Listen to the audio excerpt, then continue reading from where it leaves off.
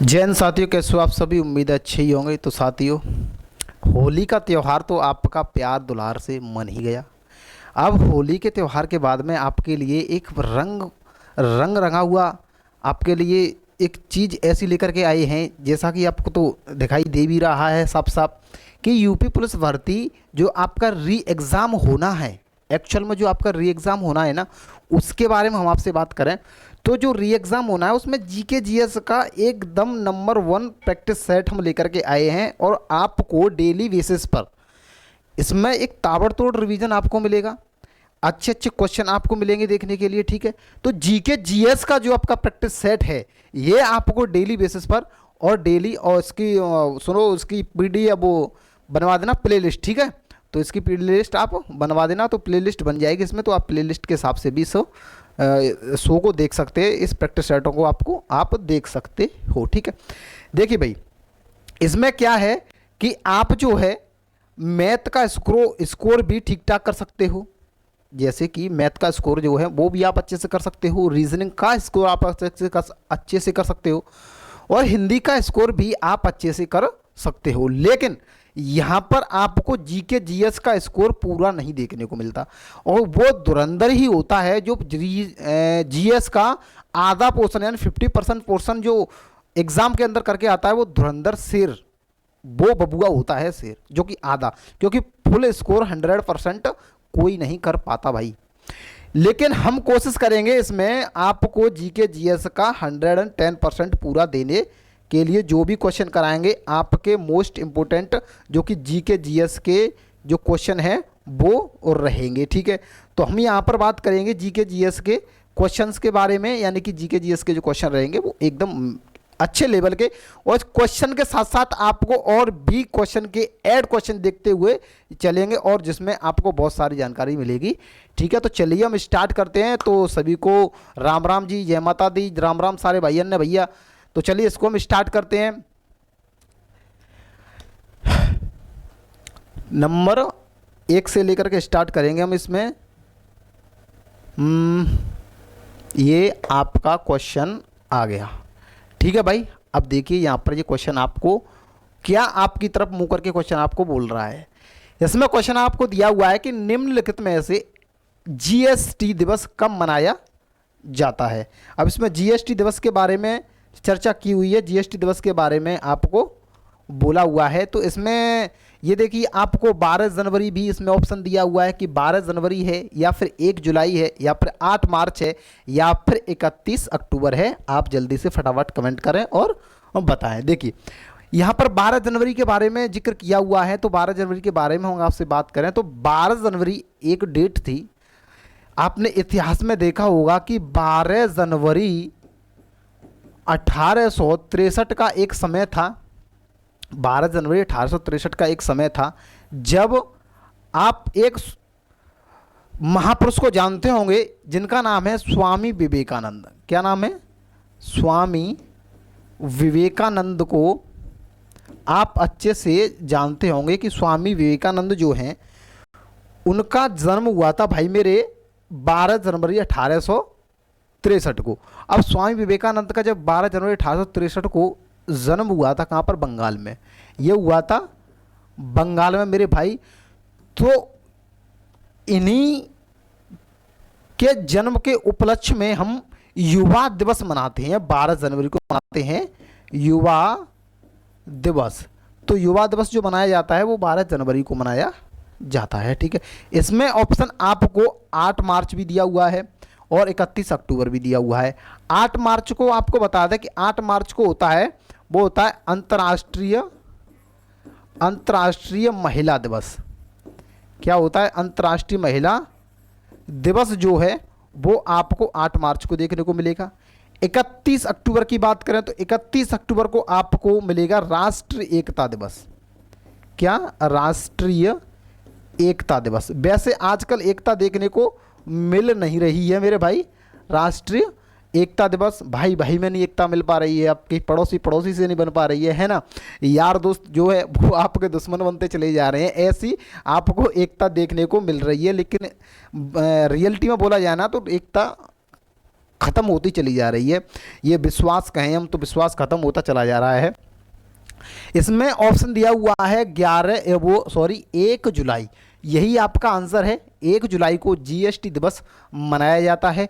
अब इसमें जीएसटी के बारे में बताया हुआ है, तो जीएसटी के बारे में हम चर्चा करते हैं कि जीएसटी के बारे में अगर हम चर्चा करें तो मेरे भाई जीएसटी आपको पता होगा जो कि 1 जुलाई को ही जीएसटी दिवस मनाया जाता है। जीएसटी के बारे में बात करें तो आपको पता होना चाहिए कि 5% जीएसटी जो है वो कितने परसेंट की जीएसटी लगती है। तो 5% की, 12% की, 18% की और आपकी 28% की, ये 4 जीएसटी आपको लगती है। और 4 जीएसटी के अंदर जो है कौन कौन सी जीएसटी लगती हैं, तो इसमें आपको जीएसटी देखने को मिलेगी। वो इसको मैं मिटा देता हूँ, ठीक है, आप साथ ही साथ नोट करते चलना। तो इसमें जीएसटी देखने को मिलेगी आपकी सीजीएसटी है, आप कौन सी, सॉरी, एसजीएसटी है, एसजीएसटी, उसमें सीजीएसटी और आईजीएसटी, ये 3 प्रकार की जीएसटी होती हैं, एसजीएसटी, सीजीएसटी और आईजीएसटी, जो कि 5, 12, 18, 28% की जीएसटी जो देखने को मिलती है। और भारत के अंदर जो है वो जीएसटी लागू की गई थी। अब जीएसटी लागू कब की गई थी, तो 1 जुलाई को ही, इसमें डेट दी हुई है 1 जुलाई, यानी कि 1 जुलाई 2017 को ये भारत के अंदर लागू की गई थी। वो भी 101वां संविधान संशोधन अधिनियम 2017। तो 101वां संविधान संशोधन अधिनियम 2017 के द्वारा जीएसटी को लागू किया गया था। अब जीएसटी को लागू किया गया था, इसको मैं सबको एक बार में साफ करता हूं मैं। अब जीएसटी 1 जुलाई को ही एक और दिवस मनाया जाता है जिसे आप डॉक्टर्स डे बोलते हो, यानी कि डॉक्टर्स डे। अब ये डॉक्टर्स डे जो है वो भी 1 जुलाई को ही मनाया जाता है। दूसरा जो है आपका वो है एसबीआई डे, एसबीआई डे। अब एसबीआई डे भी आपका 1 जुलाई को ही मनाया जाता है। अब एसबीआई डे में जैसे आपको बता दें, एसबीआई डे 1 जुलाई 1955 को एसबीआई की क्या हुआ था, स्थापना हुई थी। हम कहें स्थापना हुई थी, तो 1 जुलाई 1955 को एसबीआई की स्थापना हुई थी, इसीलिए 1 जुलाई को एसबीआई डे मनाया जाता है। ठीक है मेरे भाई। अब इसमें नेक्स्ट चलते हैं मेरे भाई, नेक्स्ट की तरफ चलें, तो नेक्स्ट की तरफ इसमें चलते हैं। अरे आजा भाई, नेक्स्ट क्वेश्चन। अब आपका नेक्स्ट क्वेश्चन ये है भाई, ठीक है। अब नेक्स्ट क्वेश्चन की बात करें तो नेक्स्ट क्वेश्चन है इसमें, निम्नलिखित में से कौन सा सौरमंडल का बाहरी ग्रह है। अब सौरमंडल का बाहरी ग्रह, इसके बारे में बात करते हैं। इसमें आपको शुक्र है, पृथ्वी है, बुध है या फिर शनि है। इसमें आपको पूछा गया है बाहरी ग्रह। अब बाहरी ग्रह एक तो होते हैं आंतरिक ग्रह और एक होते हैं बाहरी ग्रह। इसके बारे में आपसे चर्चा करते हैं कि आंतरिक ग्रह और बाहरी ग्रह कौन कौन से हैं। जैसे कि होता है, मान लीजिए ये है आपका सूर्य, ठीक है भाई, ये क्या है, ये है सूर्य। तो सबसे पहले आपको कौन सा ग्रह देखने को मिलेगा, ये देखने को मिलेगा आपको बुध ग्रह, बुध है, फिर शुक्र है, फिर पृथ्वी है, फिर मंगल है, फिर आपका ये बड़ा ग्रह जो कि बृहस्पति है, फिर शनि है, इसको छोड़ के हम इधर ले लेते हैं, शनि है, अरुण है और ये वरुण है। तो ये ऐसे ग्रह आपको देखने को मिलेंगे। जैसे बुध है, फिर है आपका शुक्र है, ये पृथ्वी है, जल्दी जल्दी लिख लेते हैं, और ये है मंगल, ये आपकी बृहस्पति, ये आपका शनि ग्रह है, और ये आपका अरुण है, और ये आपका वरुण है। तो ये ग्रह जो है वो इस प्रकार से कुछ ग्रह होते हैं।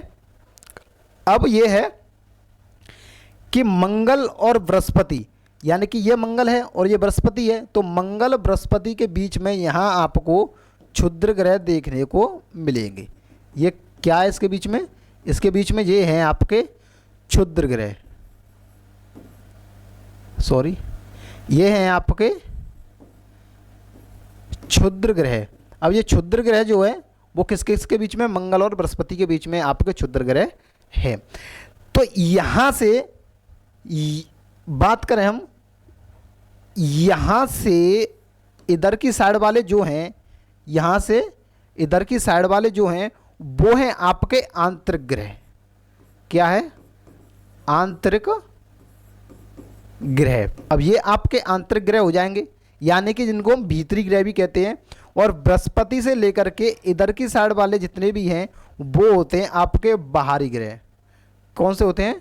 वो होते हैं आपके बाहरी ग्रह। ठीक है भाई, बृहस्पति से लेकर के इस साइड वाले जितने भी हैं वो आपके बाहरी ग्रह हो जाएंगे, और मंगल से लेकर के अंदर वाले जो हैं, इधर वाले जो हैं वो आंतरिक ग्रह हो जाएंगे, यानी कि जिनको भीतरी ग्रह भी बोलते हैं। अब आप देख लीजिए कि बाहरी ग्रह के बारे में आपको पूछा गया है, तो बाहरी ग्रह कौन कौन से हैं भाई? शुक्र है क्या भाई? तो शुक्र आंतरिक ग्रह है, ये खत्म, तो ये नहीं हो सकता। पृथ्वी है क्या भाई? बाहरी ग्रह, तो पृथ्वी आंतरिक ग्रह है, ये खत्म हो गया। बुध है क्या भाई? बुध तो पहले ही नंबर पर आ रहा है, तो ये भी खत्म हो गया। बचा क्या? शनि। तो शनि ही आपका जो है वो आपका बाहरी ग्रह हो जाएगा। शनि कहाँ पर है? शनि है ये यहाँ पर, क्योंकि बृहस्पति के बाद में क्या आ जाए? शनि आ जाए, तो शनि आपका हो जाएगा बाहरी ग्रह। ठीक है, साथ ही हम यहाँ पर ये भी बात कर लेते हैं कि आपको बताया हुआ है बुध, तो बुध के उपग्रहों के बारे में बात करें तो बुध और शुक्र के तो कोई उपग्रह है ही नहीं भाई, क्योंकि इसके भी जीरो और इसके भी जीरो, कोई उपग्रह नहीं है। पृथ्वी के उपग्रह की बात करें तो पृथ्वी का उपग्रह एक ही है, जो कि है चंद्रमा। पृथ्वी का उपग्रह कौन सा है? चंद्रमा, जो कि पृथ्वी का उपग्रह है। मंगल के 2 उपग्रह हैं भाई, बृहस्पति के भी उपग्रह हैं, शनि के भी उपग्रह हैं। शनि का एक उपग्रह है, सबसे बड़ा उपग्रह जो है उसका नाम है टाइटन। ठीक है, और अरुण वरुण के भी उपग्रह बने हुए हैं, लेकिन यहाँ पर विशेषकर आप ये ध्यान रखें कि शुक्र और बुध के कोई उपग्रह नहीं है। ठीक है, चलिए अब यहाँ पर हम नेक्स्ट क्वेश्चन की तरफ चलते हैं, बाकी तुम साथ ही साथ नोट करते हुए चलना है। ठीक है भाई, नेक्स्ट क्वेश्चन की तरफ चलते हैं। ये गया आपका नेक्स्ट क्वेश्चन, सोमनाथ मंदिर किस राज्य में स्थित है? अब सोमनाथ मंदिर जो है वो किस राज्य में स्थित है? अब सोमनाथ मंदिर के बारे में तो आपको अच्छे से पता होना चाहिए कि इतिहास उठा करके देख लेना, सोमनाथ मंदिर के बारे में काफ़ी अच्छे तरीके से चर्चा की हुई है। कब की हुई है इसके बारे में हम बात कर लेते हैं। सोमनाथ मंदिर के बारे में चर्चा की हुई है, सोमनाथ मंदिर की यहाँ पर बात की हुई है। अब सोमनाथ मंदिर के बारे में आपको याद होगा 1025 ईस्वी की वो घटना, कि 1025 ईस्वी की घटना कौन सी है भाई? कि 1025 ईस्वी में एक शासक हुआ करता था जिसका नाम था महमूद गौरी। महमूद गौरी। अब महमूद गौरी जो था इसने 1025 में सोमनाथ मंदिर पर क्या किया था? आक्रमण किया था। ये इसका चर्चित आक्रमण भी था। अब महमूद गौरी ने वैसे तो भारत पर 17 बार आक्रमण किया था। कितनी बार? 17 बार आक्रमण किया था टोटल इसने भारत पर, लेकिन 1025 में इसने सोमनाथ मंदिर पर भी आक्रमण किया था, जहाँ से ये लाखों करोड़ों का सामान और हीरे जवाहरात चोरी करके ले गया था सोमनाथ मंदिर से, और इसने सोमनाथ मंदिर को तोड़ा भी था। तो 17 बार आक्रमण किया था, लेकिन इसका लास्ट आक्रमण जो था, यानी कि लास्ट जो वार था, लास्ट जो जिसने युद्ध किया था, लास्ट अटैक था भारत पर, वो था आपका 1027 ईस्वी का। यानी कि 1027 ईस्वी में इसने लास्ट बार जो है भारत पर आक्रमण किया था, वो भी जाटों के विरुद्ध आक्रमण किया था। और ये महमूद गौरी जो है वो महमूद गजनी है यहाँ पर। ठीक है, महमूद गौरी हम बार बार चिल्ला रहे हैं, लेकिन गजनी है यहाँ पर, महमूद गजनी। ठीक है, ये महमूद गजनी है। ठीक है, तो यहाँ पर 1030 में इसकी हो जाती है मृत्यु। ठीक है भाई, 1030 ईस्वी में इसके बाद में मृत्यु हो जाती है। बाकी 1027 का इसका लास्ट आक्रमण है, जो कि काफ़ी सारे एग्जामों में पूछा भी जाता है, महमूद गजनी। ठीक है, सोमनाथ मंदिर के बारे में बताएं तो क्वेश्चन आया था कि सोमनाथ मंदिर ट्रस्ट के अध्यक्ष किसको बनाया हुआ है? ये तो करंट का क्वेश्चन हो जाएगा, लेकिन सोमनाथ मंदिर ट्रस्ट के अध्यक्ष कौन है? तो सोमनाथ मंदिर ट्रस्ट के अध्यक्ष जो हैं वो पीएम अपने मोदी जी हैं। कौन है? पीएम मोदी जी, जो हमारे प्रधानमंत्री जी है ना, मोदी जी, वो सोमनाथ मंदिर ट्रस्ट के अध्यक्ष है। अब ये सोमनाथ मंदिर जो है वो है कहाँ पर भाई? ये सोमनाथ मंदिर जो है वो आपका गुजरात में है। कहाँ पर है? गुजरात के अंदर सोमनाथ मंदिर आपको देखने को मिल जाएगा, तो इसका आंसर गुजरात हो जाएगा। ठीक है, चलिए नेक्स्ट क्वेश्चन की तरफ चलते हैं आगे। ठीक है, नेक्स्ट क्वेश्चन है आपका ये, ऊंट का प्रसिद्ध व्यापार किस वार्षिक मेले का हिस्सा है? एक बार और पढ़ते हैं, ऊंट का प्रसिद्ध व्यापार किस वार्षिक मेले का हिस्सा है? उदयपुर मेला, नंबर बी है थार मेला, कुंभ मेला और पुष्कर मेला। बताइए, आके आपके सामने एक चमचमाता हुआ क्वेश्चन आया हुआ है, ऊंट का प्रसिद्ध मेला जो है वो कहाँ पर लगता है। यहाँ पर देखिए कुंभ मेले के कितना प्रसिद्ध मेला है, कुंभ का मेला, इतना प्रसिद्ध मेला कुंभ का मेला है जो कि ऑल इंडिया में सिर्फ और सिर्फ 4 जगह आपको देखने को मिलेगा। अब वो 4 जगह कौन सी हैं भाई? 4 जगह, मात्र 4 जगह। जैसे आपको उज्जैन में देखने को मिलेगा ये कुंभ का मेला, कहाँ पर? उज्जैन में। उज्जैन में देखने को मिलेगा आपको शिप्रा नदी के किनारे पर, जैसे शिप्रा, कहीं कहीं आपको छिप्रा भी लिखा हुआ मिल जाएगा, शिप्रा नदी है वहाँ पर उज्जैन में मिल जाएगा। आपको नासिक में मिल जाएगा, नासिक में आपको गोदावरी नदी के किनारे पर मिलेगा, गोदावरी नदी जो है वहाँ पर आपको मिल जाएगा। आपको हरिद्वार में मिल जाएगा। कुंभ का मेला कहाँ मिलता है? हरिद्वार में। यहाँ पर तो आपको पता होना चाहिए, यहाँ पर तो वो गंगा है भाई, हर हर गंगे, तो यहाँ पर है गंगा। और आपको प्रयागराज में मिलेगा, कहाँ पर मिलेगा? प्रयागराज में देखने को मिलेगा। और यहाँ पर है संगम, क्या है यहाँ पर? संगम, क्योंकि यहाँ पर संगम गंगा यमुना सरस्वती का यहाँ पर प्रयागराज के अंदर संगम मिल जाता है। लेकिन प्रयागराज में अब कुंभ का मेला कब कब लगेगा भाई? तो कुंभ का मेला अब जो लगेगा 2025 के अंदर कुंभ का मेला लगेगा, कहाँ पर? प्रयागराज के अंदर। लेकिन पिछली बार जो कुंभ का मेला लगा था वो 2021 में लगा था, और वो भी हरिद्वार के अंदर लगाया गया था। लेकिन ये हर एक प्लेस पर 12 वर्ष के बाद इसकी रिटर्न होती है, जो कि कुंभ का मेला है, हर प्लेस पर 12 वर्ष बाद आता है। ठीक है, तो बातें चलती है ना, तो बोल भी देते हैं ना कि ये कोई कुंभ का मेला थोड़ी ना जो 12 वर्ष बाद आएगा, तो ऐसे ही बोल दिया जाता है, क्योंकि वो स्थिति यही होती है। आपको यहाँ पुष्कर मेला दिखाई दे रहा है, तो जो कि ऊंट का प्रसिद्ध जो मेला है वो पुष्कर मेला है। क्या है वो? पुष्कर मेला। तो आपका आंसर हो जाएगा पुष्कर मेला। कहीं कहीं आपको पुष्कर झील भी लिखी मिल जाएगी, तो उसे आप गलत मत समझिएगा। पुष्कर झील ऐसे करके आपको अगर लिखा मिल जाए तो इसे आप गलत मत समझना कि अरे नहीं, सोमेश सर ने तो बताया था कि पुष्कर मेला होता है, पुष्कर झील नहीं होती। लेकिन भाई पुष्कर झील भी होती है, आप गलत ना समझे, ये भी सही है, क्योंकि पुष्कर झील भी है। और ये कहाँ पर है भाई? ये है आपके राजस्थान के अंदर। कहाँ पर है? राजस्थान के अंदर ये आपको मिल जाएगा। ठीक है, चलिए नेक्स्ट बात करते हैं। है तो ये सभी, उदयपुर मेला भी राजस्थान के अंदर है, और थार मेला भी राजस्थान के अंदर है, और कुंभ मेला जो कि हमने आपको बता दिया। ठीक है, चलिए नेक्स्ट आगे बढ़ते हैं। नेक्स्ट क्वेश्चन है आपका भाई, ये गया आपकी स्क्रीन पर। चलिए, ये गया आपका क्वेश्चन, दुनिया भर में मौजूद अधिकांश बांधों का प्रमुख उद्देश्य क्या है? चलिए फटाफट इसका आंसर बताइए, कमेंट कर बताइए भाई फटाफट इसका आंसर। इसको तो आप वैसे भी बता सकते हो ना कि दुनिया भर में मौजूद अधिकांश बांधों का प्रमुख उद्देश्य क्या है। यहाँ पर आपको ये दिखाया गया है, यहाँ पर बताया गया है आपको ये बांध।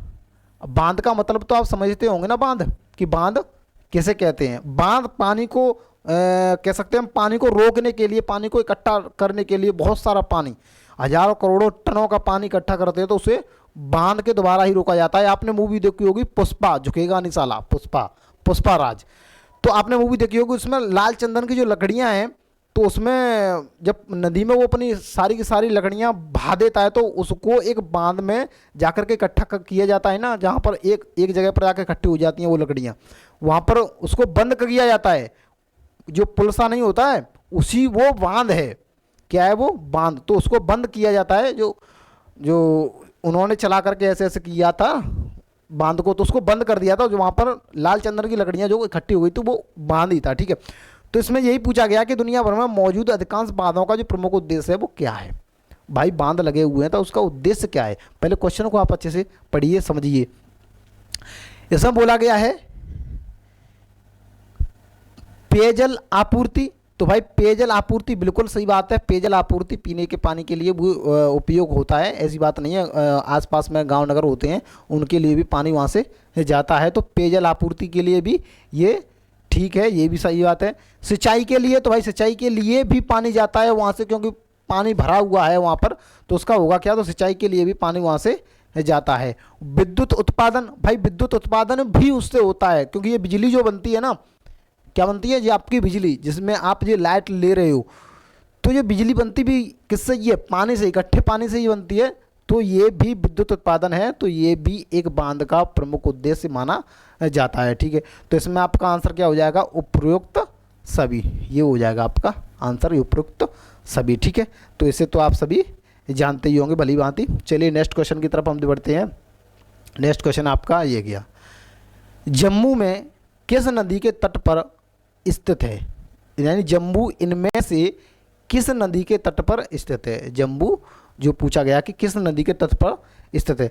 आपको एक बात ये भी बता दें हम कि भाई जो नदी किनारे बसे नगर हैं उनको आप कर लेना, ये भी मोस्ट इम्पोर्टेंट है। ठीक है, जैसे इसमें बताया गया है आपका गंगा नदी दी हुई है। अब भाई गंगा नदी दी हुई है तो गंगा नदी के किनारे कौन कौन से शहर बसे हुए हैं, जैसे हम आपको बात करें, अभी पीछे हम आपको बता कर आए थे हरिद्वार जो कि गंगा के किनारे पर स्थित है। कौन सा है, वो है हरिद्वार। हरिद्वार जो है गंगा के किनारे पर स्थित है। ऐसे ही आप कानपुर को ले लीजिए, कानपुर ये भी आपका गंगा के किनारे पर स्थित है। आप कन्नौज को ले लीजिए, क्या कन्नौज, कन्नौज भी आपकी गंगा के किनारे पर। आप पटना को ले लीजिए, पटना भी आपकी गंगा के किनारे पर स्थित है।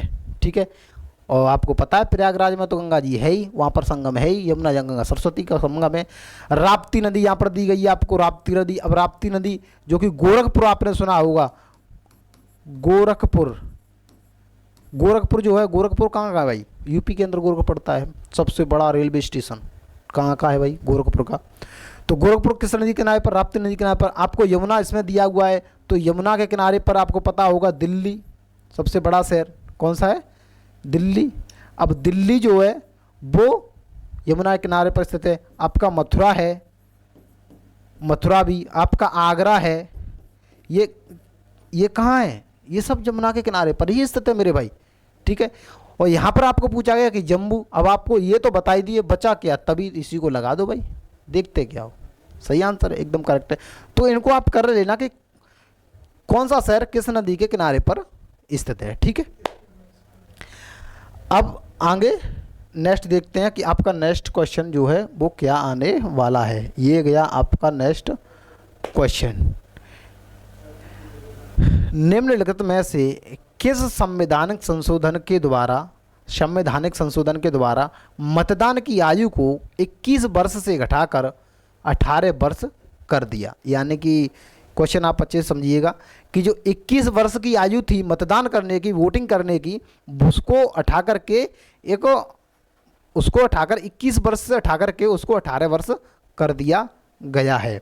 तो ये भाई कब कर दिया गया है, इसमें बताइए 44वें संविधान संशोधन के द्वारा, 42वें संविधान संशोधन के द्वारा, 101वें संविधान संशोधन के द्वारा या 61वें संविधान संशोधन के द्वारा इसको किया गया है। इसमें 44वें संविधान संशोधन बताया हुआ है। तो 44वां संविधान संशोधन अधिनियम, आपको पता होगा कि 44वां संविधान संशोधन अधिनियम जो है वो 1978 का है, यानी कि 1978 ईस्वी में 44वां संविधान संशोधन अधिनियम आया था।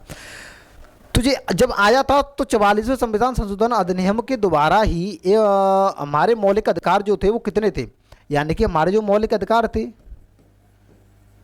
मौलिक अधिकार जो थे वो कितने थे, मौलिक अधिकार कितने थे भाई, 7 थे।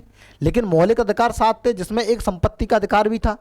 अब संपत्ति के अधिकार को उठा करके 44वें संविधान संशोधन अधिनियम 1978 के द्वारा संपत्ति के अधिकार को उठा करके अनुच्छेद यानी कि आर्टिकल 300 के क में जाकर के उसको रख दिया गया है संपत्ति के अधिकार को। इसी प्रकार से संपत्ति के अधिकार को उठा कर दी, यानी कि एक मौलिक अधिकार को हटाया गया है। तो इसमें अब मौलिक अधिकार कितने बचे, 6। अब आपके प्रेजेंट में जो मौलिक अधिकार हैं वो 6 मौलिक अधिकार रह गए हैं। ठीक है, कितने मौलिक अधिकार है अभी, 6 मौलिक अधिकार, जो कि हटा कौन सा दिया है, संपत्ति का अधिकार जो है उसको उठा करके आर्टिकल 300 के काम में रख दिया गया है। ठीक है, किसके द्वारा, 44वें संविधान संशोधन अधिनियम 1978 के द्वारा। 42वां संविधान संशोधन अधिनियम की बात करें तो भाई 42वां संविधान संशोधन अधिनियम जो मौलिक कर्तव्य हमारे, अब मौलिक कर्तव्य कहाँ है, तो मौलिक कर्तव्य आपको आर्टिकल 51 के क में देखने को मिलेंगे और भाग 4 के क में। ठीक है, यानी भाग 4 के काम है और आर्टिकल 51 के काम में आपको मौलिक कर्तव्य देखने को मिलेंगे। और जो मौलिक कर्तव्य जो है वो 1976 है इसका, यानी कि 42वें संविधान संशोधन अधिनियम 1976 के द्वारा मौलिक कर्तव्य को 51 के काम में रखा गया है। अगर आपसे समिति के बारे में पूछा जाए कि समिति कौन सी है भाई, तो आप समिति आराम से बता सकते हो कि सरदार स्वर्ण सिंह समिति की सिफारिश पर, सरदार स्वर्ण सिंह समिति की सिफारिश पर इसको किस में रखा गया है, भाग 4 के काम में 51 के काम में इसको रख दिया गया है मौलिक कर्तव्यों को। 101वां संविधान संशोधन अधिनियम, ये भी हम अभी पीछे वाले क्वेश्चनों में देख करके आए हैं कि 101वां संविधान संशोधन अधिनियम क्या है। तो 101वां संविधान संशोधन अधिनियम 2017 अभी बताया था। क्या हुआ था इससे जो है वो आपकी जीएसटी जो है वो लागू हुई थी। क्या हुई थी? जीएसटी जो है वो लागू हुई थी 101वां संविधान संशोधन अधिनियम 2016 के दोबारा, अभी पीछे देखा था। अब बचा क्या भाई इसमें? अब इसमें बचता है आपका 61वां संविधान संशोधन अधिनियम 1989। ठीक है, अब 61वां संविधान संशोधन अधिनियम 1989 बचता है। तो ये जो है वो वयस्क मताधिकार के लिए है, यानी कि वयस्क मताधिकार। ठीक है भाई, तो वयस्क मताधिकार जो है, तो वयस्क मताधिकार 61वें संविधान संशोधन अधिनियम 1989 के द्वारा, जो कि 21 वर्ष से जो आपकी क्या थी, आपकी आयु 21 वर्ष से हटा कर कितनी कर दी, 18 वर्ष कर दी, जिससे आप वोटिंग कर सको। ठीक है, 21 से कितनी 18 कर दी गई है। अब आप वोटिंग कर सकते हो। कौन सा है? आंसर हो जाएगा आपका ये वाला। ठीक है, चलिए साथ ही साथ आप नोट करते हुए चलना भाई। ठीक है भाई, बाकी आपका आगे वाला क्वेश्चन जो है वो ये गया आपकी स्क्रीन पर, आप बता सकते हो। काफ़ी अच्छा और डगडमाता हुआ क्वेश्चन आपके सामने है कि हम्पी के खंडहर किस राज्य में स्थित हैं। जो हम्पी के खंडहर हैं वो किस राज्य में स्थित हैं, ऐसा आपसे पूछा गया है। अब ये हम्पी जो है मेरे भाई, हम्पी आपने सुना होगा, इतिहास के पन्नों को पलटकर आप देखिएगा, आपको पता चल जाएगा कि हम्पी क्या है। हम्पी से आपको याद दिला देते हैं भाई कि हम्पी जो है एक शहर की राजधानी हुआ करती थी। अब वो शहर कौन सा है, तो आपको याद होना चाहिए कि 1336 ईस्वी में एक शहर की स्थापना हुई थी, जिसे क्या बोला जाता है, विजयनगर साम्राज्य। विजयनगर साम्राज्य,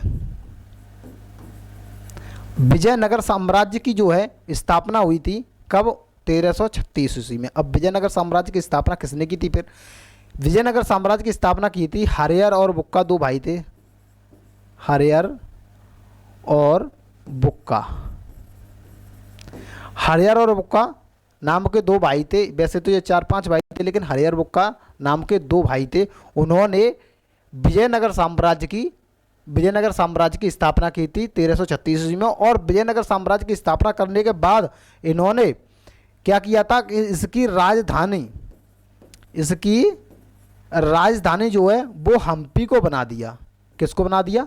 हम्पी को इन्होंने राजधानी बना दिया। ठीक है, यानी कि हम्पी को इन्होंने राजधानी बना दिया। और हम्पी जो है वो तुंगभद्रा नदी के किनारे पर स्थित है, तुंगभद्रा नदी। अब तुंगभद्रा नदी के किनारे पर स्थित है आपकी ये हम्पी। ठीक है, बाकी हरिहर और बुक्का जो है, इनके पिताजी का नाम था संगम, और इन्होंने अपने पिता के नाम पर ही संगम वंश की स्थापना की थी। और संगम वंश के सबसे प्रतापी राजा जो थे वो देवराय द्वितीय थे। ठीक है, यानी संगम वंश के जो प्रतापी राजा थे वो देवराय द्वितीय थे। हरिहर और बुक्का नाम के दो भाइयों ने ये सब किया था। ठीक है, इसमें साथ ही ये बता दें कि 1336 ईस्वी में ये क्वेश्चन पूछा जाता है कि हरिहर बुक्का ने जो विजयनगर साम्राज्य की स्थापना की थी वो किसके शासनकाल में या किस राजा के शासनकाल में ये स्थापना की थी। तो उस समय पर जो शासनकार दिल्ली में जो शासन कर रहे थे, तो वो कौन कर रहे थे 1336 में? वो कर रहे थे मोहम्मद बिन तुगलक। ठीक है, यानी कि मोहम्मद बिन तुगलक का शासनकाल चल रहा था उस टाइम पर, और इन्होंने विजयनगर साम्राज्य की स्थापना कर दी। विजयनगर साम्राज्य की स्थापना के लिए कि ये क्वेश्चन ये आता है कि विजयनगर का जो शाब्दिक अर्थ है वो क्या है। विजयनगर का जो शाब्दिक अर्थ बता दें हम आपको। विजयनगर का जो शाब्दिक अर्थ है वो अर्थ है, अर्थ की बात करें हम तो इसका अर्थ जो है वो है जीत का शहर। क्या है? जीत का शहर। ठीक है, ये क्वेश्चन आपका बन सकता है। तो जीत का शहर जो है ये है। अब नेक्स्ट क्वेश्चन की बात करते हैं हम। चलिए, इसको तो आपने नोट कर लिया होगा। नेक्स्ट बढ़ते हैं। हाँ, तो इसका ये जवाब तो दे ही नहीं पाया आप, जवाब में रह जाते। हम्पी के खंडहर किस राज्य में स्थित है? तो ये आपके कर्नाटक में स्थित है। कहाँ पर है? कर्नाटक राज्य में आपके ये स्थित है। चलिए नेक्स्ट क्वेश्चन की तरफ बढ़ते हैं। नेक्स्ट क्वेश्चन है आपका ये वाला, आपका नेक्स्ट क्वेश्चन, तमाशा किस राज्य की प्रमुख लोक कला शैली है? यानी कि तमाशा के बारे में पूछा गया है। तमाशा जो है वो लोक कला शैली किस राज्य की ये लोक कला शैली है, या फिर आप कहें कि लोक नृत्य जो है वो किस राज्य का है। आपको यहाँ पर कई सारे राज्य भी दिए हुए हैं, जैसे गुजरात भी दिया हुआ है। तो गुजरात में आपको पता होगा गुजरात में क्या होता है, पंजाब में क्या होता है, राजस्थान में क्या होता है और महाराष्ट्र में क्या होता है। ठीक है, राजस्थान है, जैसे राजस्थान में पनिहारी भी चलता है। पनिहारी, पनिहारी कहाँ का है भाई? राजस्थान का है। घूमर कहाँ का है? घूमर कहाँ का है? ये भी राजस्थान का है। पंजाब के बारे में बात करें, पंजाब की आपने जो आपको ट्रिक बता देता है कि पंजाब के गिद्ध भी भांग पीते हैं। मतलब पंजाब के गिद्ध भी भांग पीते हैं, इसका मतलब हो गया कि पंजाब में लोक नृत्य जो है वो गिद्धा और आपका भांगड़ा, क्या हो जाएगा? गिद्धा हो जाएगा आपका, गिद्धा हो जाएगा आपका, और आपका हो जाएगा भांगड़ा। भांगड़ा क्या हो जाएगा? भांगड़ा। गिद्धा हो जाएगा आपका और हो जाएगा आपका भांगड़ा। ठीक है, महाराष्ट्र की बात करें, महाराष्ट्र में आपका जैसे आपको देखने को मिला लावड़ी, लावड़ी, लावड़ी महाराष्ट्र का है। तमाशा भी इसका महाराष्ट्र का ही है। ठीक है, तो ये जो तमाशा आपको पूछा गया है ये महाराष्ट्र का ही पूछा गया है। गुजरात में जैसे रासलीला है, रासलीला कहाँ की है? रासलीला कहाँ की है? गुजरात की रासलीला है। तो ऐसे आप करके इन्हें याद कर सकते हो कि लोक कला नृत्य जो है, लोक कला शैली जो है वो किस राज्य की कौन सी है। तो आपका जो आंसर है इसमें पूछा गया है तमाशा, तो ये तमाशा पूछा गया है, तो इसका आपका हो जाएगा आंसर महाराष्ट्र। ठीक है, चलिए नेक्स्ट क्वेश्चन पर बात करते हैं हम। टाइम भी बहुत होता चला जा रहा है। चलिए ये देखते हैं, शेरशाह का मकबरा कहाँ स्थित है। हाँ, मकबरे के बारे में हम आपको बता दें, जितने भी मकबरे हैं, जितने भी इमारतें हैं, और कौन सी इमारत किसने बनवाई है, इसके बारे में चर्चा आप देख लीजिएगा। ये क्वेश्चन बहुत ही इंपॉर्टेंट है, इनको आप देख लेना, क्योंकि जैसे मकबरे हैं, सारे के सारे मकबरे आप देख सकते हो और याद कर सकते हो ना कि कौन सा मकबरा कहाँ पर बना हुआ है। ठीक है, जैसे शेरशाह के मकबरा के बारे में बात की है, तो शेरशाह जो कि एक चर्चित व्यक्ति भी रहे हैं, चर्चित शासक भी रहे हैं, तो उसका मकबरा दिल्ली, लाहौर, सासाराम, अजमेर कहाँ पर है। शेरशाह के बारे में बात करें तो शेरशाह जो कि चर्चित हैं, शेरशाह हुमायूं के पीछे हाथ धोकर पीछे पड़ गए थे। हुमायूं से इन्होंने युद्ध भी किया है। किससे? हुमायूं के पीछे पड़ गए थे ये। हुमायूं से इन्होंने युद्ध भी किया है। हुमायूं से इन्होंने चौसा का युद्ध किया था। चौसा का युद्ध इन्होंने 1539 ईस्वी को चौसा का युद्ध किया था। इन्होंने कन्नौज का युद्ध भी किया था। कन्नौज का युद्ध भी किया था, जिसको हम बिलग्राम का युद्ध भी कहते हैं। क्या? बिलग्राम। अब बिलग्राम का युद्ध कहते हैं इन्होंने किया था, जो 1900 हम कर रहे हैं 1540 ईस्वी में। अब 1540 ईस्वी में से ही शेरशाह जो है, ये हुमायूं जो थे वो फरार हो गए थे, नदी से कूदकर भाग गए थे। तो 1540 से लेकर के 1545 ईस्वी तक वो शेरशाह जो है वो दिल्ली, यानी कि शेरशाह जो है वो दिल्ली और आगरा की गद्दी पर बैठा था। कौन? शेरशाह। दिल्ली और आगरा की गद्दी पर शेरशाह बैठ गया था 1540 से लेकर 1545 में, और 1545 में ही इसकी हो जाती है मृत्यु। 1545 में इसकी हो जाती है मृत्यु, और 1545 में इसकी मृत्यु हो जाती है, तो इसके मकबरे को फिर बनवाया जाता है। तो इसका मकबरा है आपका सासाराम में। अब ये सासाराम कहाँ पर है? तो सासाराम है आपका बिहार में। कहाँ पर है ये? बिहार।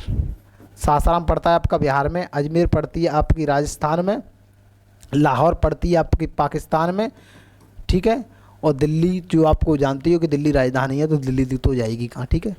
तो ऐसे ये है।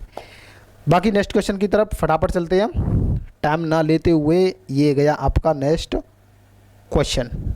बताइएगा, निम्नलिखित में से जलियांवाला बाग कहाँ स्थित है? ये काफ़ी अच्छा क्वेश्चन है और बहुत ही पुराना क्वेश्चन, हम कह सकते हैं कि बहुत ही पुराना क्वेश्चन। लेकिन जलियांवाला बाग ना पूछते हुए इस जगह पर कुछ और भी पूछ सकता है, उसके बारे में बात करेंगे कि आपको क्वेश्चन में एक नए टाइप से दे दिया जाए। अगर आपको ये पूछ लिया जाए, यहीं पर आपको पूछ लिया जाए, जलियांवाला बाग ना पूछकर आपको पूछा जाए ज्योति जीवन, आपको बोल दिया जाए कि ज्योति जीवन कहाँ स्थित है। अब इसमें से पूछा जाए कि निम्नलिखित में से ज्योति जीवन कहाँ स्थित है, तो आप फिर क्या जवाब दोगे? आप तो फंस जाओगे। आपके सामने क्वेश्चन आएगा तो आप बोलोगे अरे ये क्या हो गया भाई, ज्योति जीवन हमने तो अब तक सुना भी नहीं है। ज्योति जीवन ये कहाँ से ज्योति जीवन आ गया? भाई ज्योति जीवन ये यहाँ से आ जाए कि जलियांवाले बाग का ही नाम, यानी कि जलियांवाले बाग का ही नाम अब नया नाम हो गया है ज्योति जीवन। तो इसको विशेषकर आप ध्यान रखें। हो सकता है आगे जलियांवाला बाग ना लिख कर आए तो ज्योति जीवन हो जाएगा। तो ज्योति जीवन जो है वो कहाँ पर है? ये अमृतसर के है अंदर है। कहाँ पर है ये? अमृतसर के अंदर आपको देखने को मिल जाएगा। अमृतसर कहाँ पर है? आप सभी जानते हो, पंजाब के अंदर अमृतसर है। जालंधर भी पंजाब के अंदर है। हरिद्वार कहाँ से आ गया इसमें भाई? हरिद्वार नहीं है, चंडीगढ़ भी नहीं है, तो ये ऑप्शन तो इसमें नहीं है, ठीक है। तो आपका हो जाएगा अमृतसर। अमृतसर के अंदर आपको स्वर्ण मंदिर भी देखने को मिल जाएगा, ठीक है। चलिए, तो इसे आप विशेष का ध्यान रखें। बाकी नेक्स्ट बढ़ते हैं आगे। ये है आपका नेक्स्ट क्वेश्चन और आपका लास्ट क्वेश्चन, ठीक है। इससे आगे जैसे अभी 12 क्वेश्चन हुए हैं, इसमें लेकर आगे के लिए आपको बता दें, आगे आपको कुछ क्वेश्चन और बढ़ के मिलेंगे इसमें, ठीक है। बाकी क्वेश्चन ये है कि निम्नलिखित में से पंजाब केसरी किसे कहा जाता है? पंजाब केसरी के बारे में बात किया हुआ है कि हुई है इसमें। क्या महात्मा गांधी जी को पंजाब केसरी कहते हैं? कैसा लगेगा आपको? आप कहेंगे अरे महात्मा गांधी जी को पंजाब केसरी कह रहे हो आप तो महात्मा गांधी जी को फिर क्या कहें हम? तो महात्मा गांधी जी को कहते क्या है? राष्ट्रपिता। राष्ट्रपिता किसे कहते हैं? राष्ट्रपिता हमारे कौन है? महात्मा गांधी जी। बापू जी कहते हैं हम महात्मा गांधी जी को, क्या कहते हैं? बापू। बापू भी किसे कहते हैं? महात्मा गांधी। दिखाई दे रहा है क्या बापू आपको? बापू किसे कहते हैं? महात्मा गांधी जी को कहते हैं। बाल गंगाधर तिलक को लोकमान्य कहते हैं। लोकमान्य किसे कहते हैं? बाल गंगाधर तिलक को। रविन्द्रनाथ टैगोर को गुरुजी कहते हैं। गुरुदेव, सॉरी, गुरुदेव। गुरुदेव किसे कहते हैं? रविन्द्रनाथ टैगोर को कहते हैं। फिर लाला लाजपत राय को क्या कहते हैं? ये क्यों छोड़ दिया आपने? अरे ये इसीलिए छोड़ दिया है भैया क्योंकि पंजाब केसरी इन्हीं को तो कहते हैं भाई। पंजाब केसरी किसे कहते हैं? पंजाब केसरी इन्हीं को ही कहते हैं। चलिए हम आपसे ये पूछ लेते हैं कि बिहार केसरी किसे कहते हैं? अब आपको पंजाब केसरी के बारे में पता तो चल गया, लेकिन बिहार केसरी के बारे में पूछे तब कि बिहार केसरी जो है वो भैया किसे कहा जाता है? कमेंट इन द बॉक्स, आप बताइए बिहार केसरी किसे कहते हैं। कमेंट में इसका जवाब दें हमें कि बिहार केसरी किसे कहते हैं। नेक्स्ट वीडियो में हम आपका जवाब इसके बारे में ज़रूर सुनेंगे, ठीक है। और बाकी आपके लिए ये है कि इसमें 12 क्वेश्चन हैं, लेकिन आगे से आपको और भी क्वेश्चन ऐड होके इसमें मिलेंगे। तो काफ़ी सारे क्वेश्चन हो जाते हैं, आपको ढेर सारे क्वेश्चन मिल जाते हैं आपको, ठीक है। बाकी स्टैटिक जीके का ऐसे ही, ये जीके जीएस का ऐसे ही क्वेश्चन आपको मिलता रहेगा और डेली बाई डेली बेसिस पर यह मिलेगा। बाकी प्लेलिस्ट हम बना देंगे यूपी पुलिस री एग्ज़ाम की, अभी से कवर करेंगे तभी तक कवर हो पाएगा, तभी तक आप जीएस में स्कोर कर पाएंगे, ठीक है। बाकी सभी भाई कैसे हो? सही हो, मस्त हो, ज़बरदस्त हो? तो चलिए ऐसे ही अपना प्यार दिखाते रहिएगा, ठीक है। बाकी इसका जवाब आप कमेंट में ज़रूर दिएगा। चलिए अब हम आपसे मिलेंगे आगे, तब तक के लिए ज़बरदस्त जिंदाबाद रहिएगा, ठीक है। चलिए जय हिंद साथियों।